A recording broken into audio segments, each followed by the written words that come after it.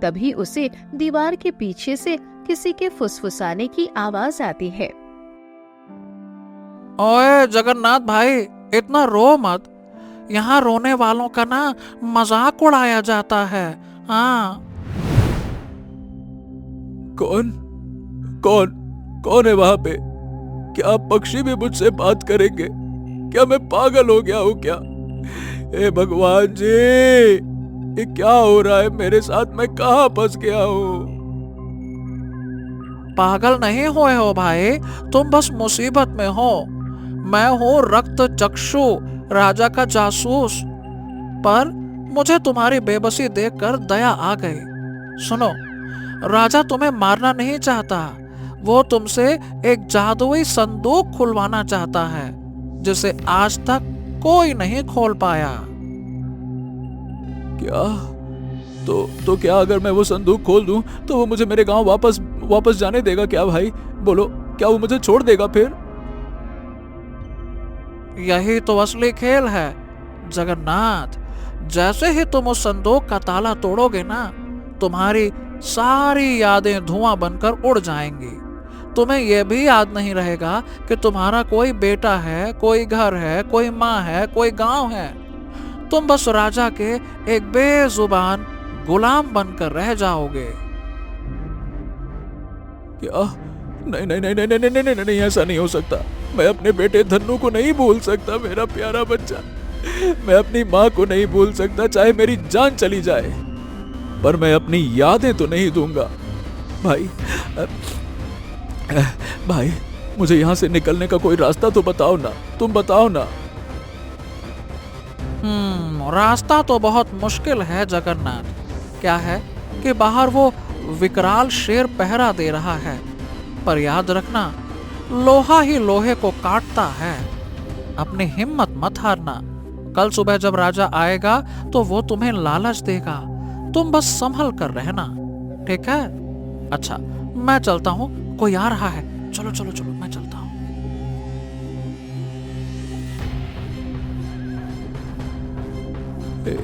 हे प्रभु, ये कैसी परीक्षा है? मुझे शक्ति देना कि मैं अपने परिवार की यादों को बचा सकूं।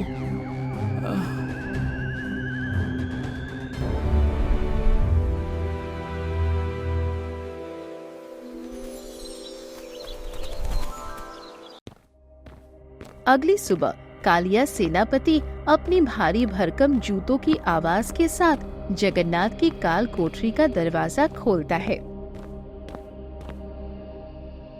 जगन्नाथ पूरी रात सो नहीं पाया था। उसकी आंखों में नींद नहीं, बल्कि अपने बेटे धन्नू और बूढ़ी माँ का चेहरा घूम रहा था। ओए लोहार, चल उठ जा। महाराज का हुक्म आ गया है, आज तेरा फैसला हो गया। तू वो संदूक खोलेगा या फिर विकराल शेर के नाश्ते में तेरी हड्डियां चबाई जाएंगी, समझा? यही है तेरी नियति। चल चल चल चल चल, जल्दी कर, सीधा खड़ा हो जा, नखरे मत कर। अरे इधर उधर क्या देख रहा है, सीधा खड़ा हो, चल। ए कालिया भाई, ये बताओ, इतनी जल्दी क्या है? मौत तो वैसे भी आनी ही है, पर याद रखना, अगर मैं मर गया तो तुम्हारे राजा का वो जादुई संदूक कभी नहीं खुलेगा। हाँ, चलो ले चलो, चलो चलो, जहां ले चलना है चलो। कालिया और उसके बौने सैनिक जगन्नाथ को एक ऐसी गुफा में ले जाते हैं जहां दीवारों से खून जैसा लाल पानी टपक रहा था। गुफा के बीचों बीच एक विशाल पत्थर के चबूतरे पर एक काला संदूक रखा था, जिस पर लोहे की मोटी मोटी जंजीरें लिपटी हुई थीं। वहाँ राजा मारतंड और शेर विकराल पहले से ही मौजूद थे। आओ आओ आओ जगन्नाथ, देखो इसे। ये है अखंड संदूक। इसके अंदर वो शक्ति है जो मुझे पूरी दुनिया का मालिक बना सकती है। बस दिक्कत यह है कि इसका ताला ऐसा है कि बात यह है कि जो भी इसे हथौड़े से छुएगा, उसकी रूह का एक हिस्सा इस संदूक के अंदर कैद हो जाएगा। बता, क्या तू तैयार है अपनी यादें कुर्बान करने के लिए? महाराज, जरा इसे तो देखिए। ये तो कांप रहा है, इसके हाथ कांप रहे हैं। वाह भाई वाह, क्या डरपोक इंसान है। जगन्नाथ, अगर तूने ताला नहीं तोड़ा तो मैं तेरी गर्दन तोड़ दूंगा। बोल, क्या इरादा है?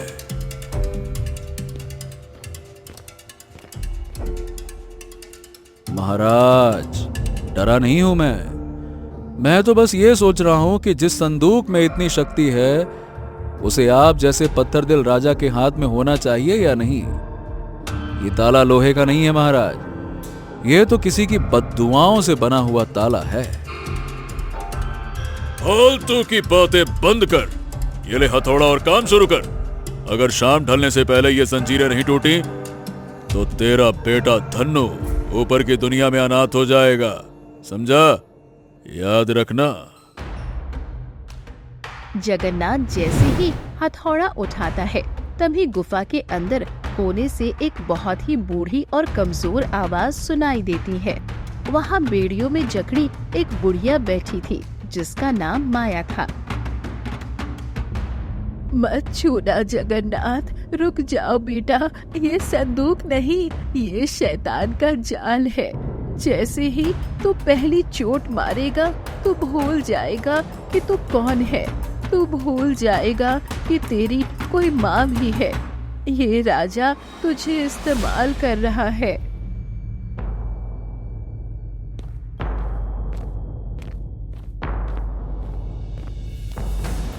अरे चुप कर बुढ़िया। महाराज, इस चुड़ैल को अभी खत्म कर देना चाहिए, ये बार बार काम बिगाड़ती है। रुक जाओ कालिया, अगर तुमने इस माजी को दोबारा हाथ लगाया तो मैं यहीं अपनी जान दे दूंगा, पर हथौड़ा नहीं उठाऊंगा। बोलो महाराज, मंजूर है? कालिया कालिया, ए कालिया पीछे हट। लोहार, तू अपना काम कर, बुढ़िया को कोई कुछ नहीं कहेगा, मैं हूं ना। बस वो ताला खुलना चाहिए। चल, मन लगा के काम कर।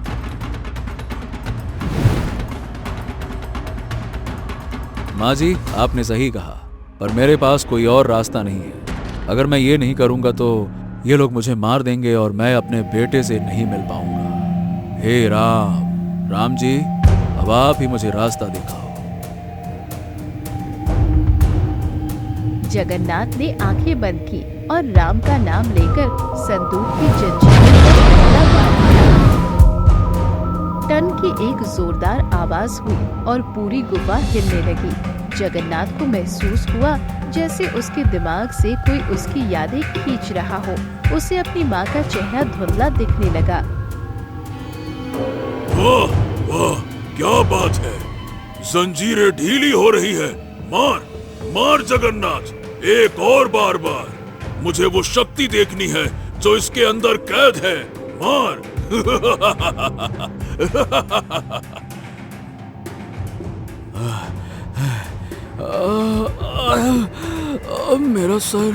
मेरा सर फटा जा रहा है महाराज। महाराज, ये क्या हो रहा है? मुझे धन, क्या नाम बेटे का? नाम क्यों नहीं याद आ रहा? धन से कुछ नाम है। मेरी आंखों के सामने अंधेरा क्यों छा रहा है?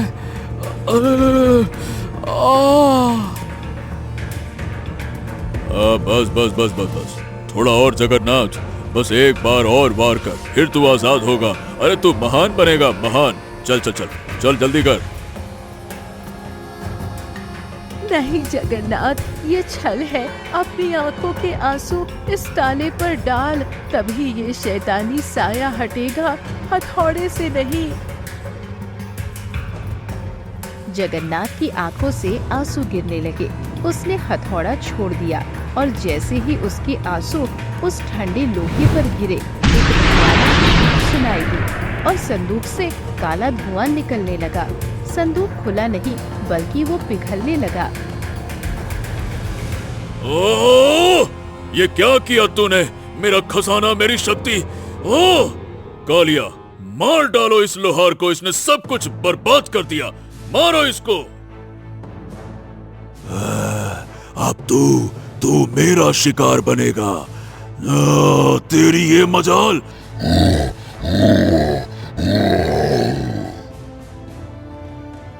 गुफा के अंदर का मंजर अब बदल चुका था। वो काला संदूक क्या पिघला, जैसे पूरी पाताल लोक की नींव हिल गई। तभी उस संदूक के मलबे से एक विशालकाय काली नागिन फुफकारती हुई बाहर निकली। उसकी आंखें जलती हुई कोयले जैसी थी और उसका फन इतना चौड़ा था कि पूरा रास्ता रुक गया। रुक जाओ सबके सब। बहुत साल गुजार दिए मैंने उस संदूक की कैद में, पर आज इस इंसान के पसीने और मेहनत ने मुझे आजाद कर दिया है। ऐ राजा मार्तंड, अपनी मौत को सामने देख। आज तेरा ये पाताल लोक शमशान बनेगा। विषधरा, तू तो मर चुकी थी। कालिया, इस नागिन पर हमला करो और इसके टुकड़े टुकड़े कर दो, वरना ये हमें जिंदा चबा जाएगी। जल्दी करो।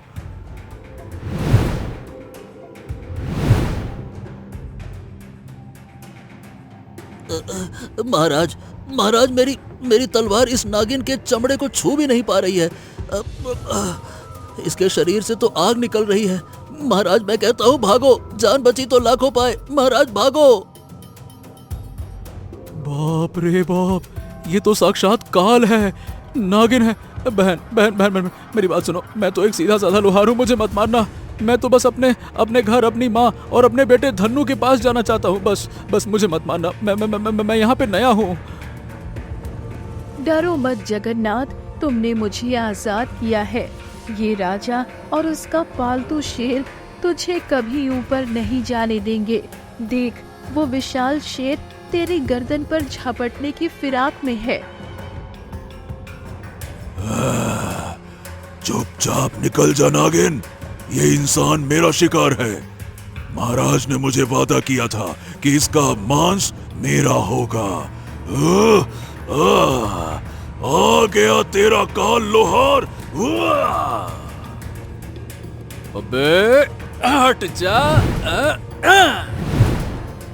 जगन्नाथ ने अपना भारी हथौड़ा शेर के जबड़े पर दे मारा और विशाल शेर दूर जा गिरा। उसके मुंह से खून की धारा बहने लगी। शेर दर्द से तड़प उठा। मेरा जबड़ा, मेरा जबड़ा। महाराज, इस इंसान ने तो मुझे अधमरा कर दिया। मुझे बचाओ।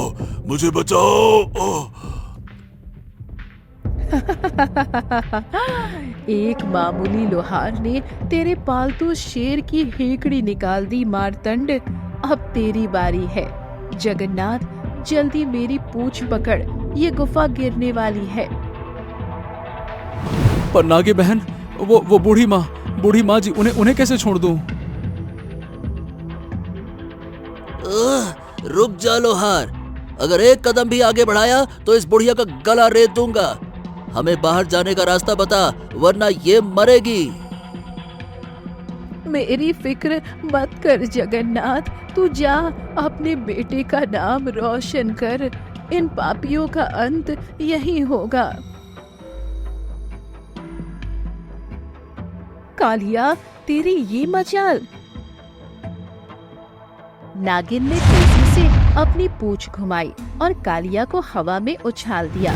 कालिया सीधा पत्थर की दीवार से जा टकराया और वहीं ढेर हो गया। हाँ माँ जी, चलिए, राम जी ने रास्ता खोल दिया है। नागिन बहन, हमें यहाँ से बाहर निकालो, चलो, वरना हम सब मलबे में दब जाएंगे। चलो जल्दी करो। नहीं, मेरा राज्य, मेरी शक्ति सब खत्म हो गया। जगन्नाथ, मुझे भी साथ ले चलो। मैं तुम्हें बहुत सारा सोना दूंगा। ओ राजा महाराजा, अपना सोना अपने पास रखो। ऊपर की दुनिया में मेहनत की रोटी की कीमत सोने से ज्यादा है। चलो नागिन बहन, चलो। अपनी आंखें बंद करो और मेरी पूंछ को कस के पकड़ लो। गुफा के पत्थर ताश के पत्तों की तरह गिर रहे थे।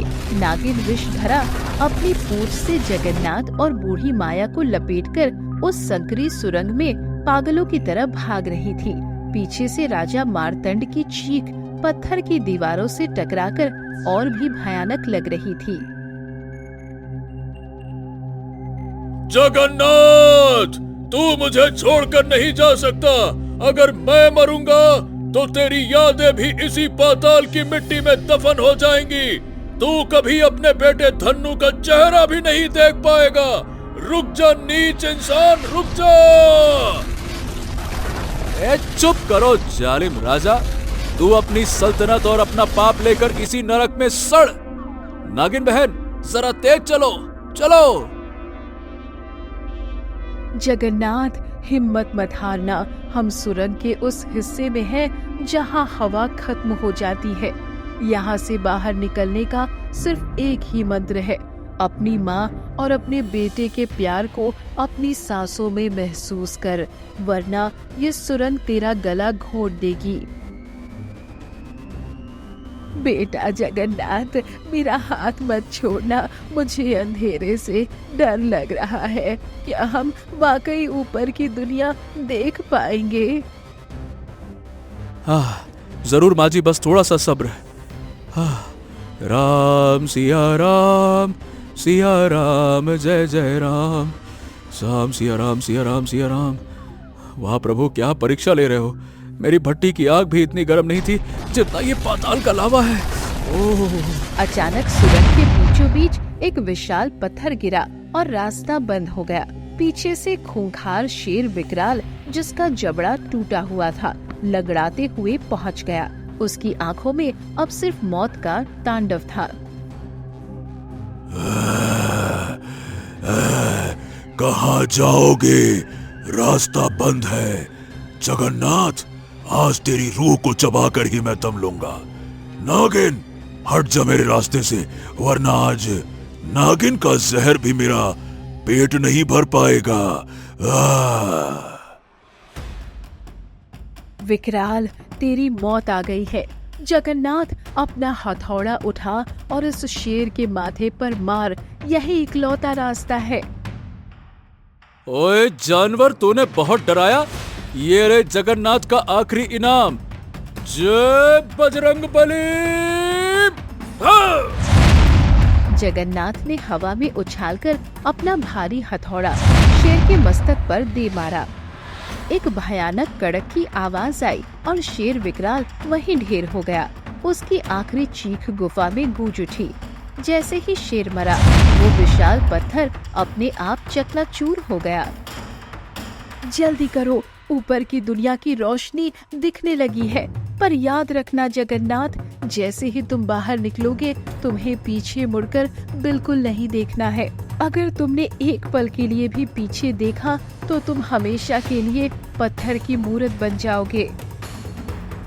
हाँ, समझ गया नागिन बहन जी। चलिए, बस एक छलांग और। जगन्नाथ और बूढ़ी माया सुरंग के मुहाने पर पहुंच गए, जहां से झील का पानी दिखाई दे रहा था। लेकिन पीछे से जगन्नाथ के बेटे धन्नु की आवाज आई। धन्नु, धन्नु, ये धन्नु की आवाज है। मेरा बेटा मुझे पुकार रहा है। नहीं बेटा, मत मुड़ना। ये राजा मार्तंड का आखिरी माया जाल है। वो तेरी ममता का फायदा उठा रहा है। भाग बेटा, भाग, पीछे मत देखना। जगन्नाथ जैसे ही पानी की सतह पर पहुंचा, उसे लगने लगा कि उसके फेफड़े फट जाएंगे। उसने जोर से एक लंबी सांस ली और किनारे की गीली मिट्टी को अपने दोनों हाथों से जकड़ लिया। उसके पीछे से बूढ़ी माया भी हाँफती हुई बाहर निकली। दोनों झील के किनारे चित लेट गए। हाँ, हाँ, बच गया। हे मालिक, तेरी माया अपरंपार है। माँ जी, क्या आप ठीक हो ना? देखो, वो सामने हमारा गांव बीसलपुर दिख रहा है। हम जिंदा वापस आ गए माँ जी। हाँ, हाँ, हाँ, हाँ। बेटा जगन्नाथ, तू साक्षात देवता है। तूने उस नरक से मुझे निकाल लिया। जगन्नाथ खड़ा हुआ और अपने कपड़े झाड़कर अपनी वही पुरानी जो किनारे पर पड़ी थी, उसने पीछे मुड़कर झील की ओर देखा, जहां अब पानी बिल्कुल शांत था। न कोई नागिन न कोई बौना। तभी गांव का वही बुद्धू लकड़हारा अपनी गाय चराते हुए उधर से निकला। हुर्र! आह, आह, आह, आह। अरे ओ जगन्नाथ, तू यहाँ क्या कर रहा है? और ये तेरे साथ बुढ़िया कौन है? ससुरे, पूरा गांव तुझे ढूंढ रहा है। तेरी माँ का रो रो के बुरा हाल है और तू रात भर कहाँ गायब था? कहाँ था तू? अरे बुद्धू भाई, मैं कहीं गायब नहीं था, बस जरा गहराई नापने गया था। और ये माया माँ जी हैं। अब से ये मेरे घर पर रहेंगी, मेरी माँ की सेवा करेंगी और हम सब एक ही परिवार की तरह रहेंगे, समझे?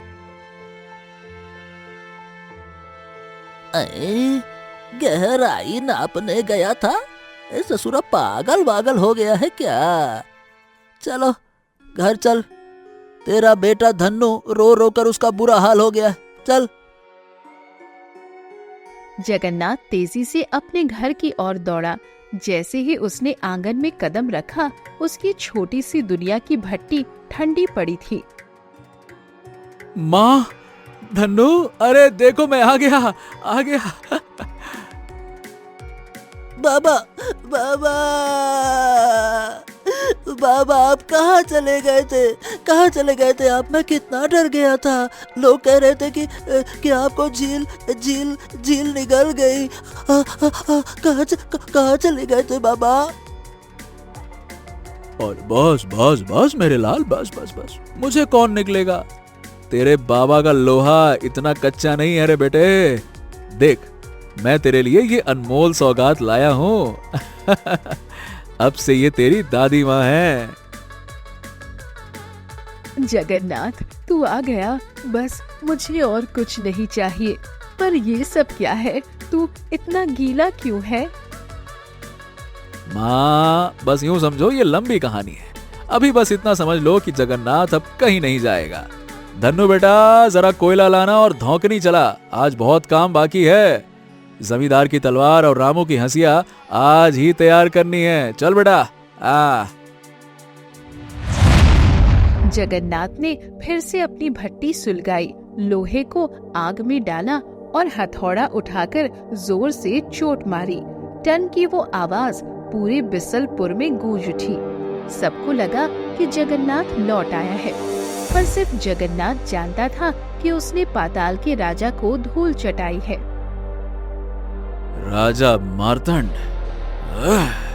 तू अपनी ताकत पर घमंड करता था ना, पर देख, ये मामूली लोहार आज फिर अपनी मेहनत की रोटी कमा रहा है।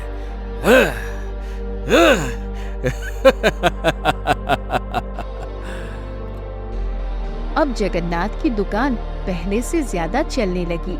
माया माजी घर की रौनक बन गई और जगन्नाथ खुशी खुशी अपने पुराने काम में रम गया।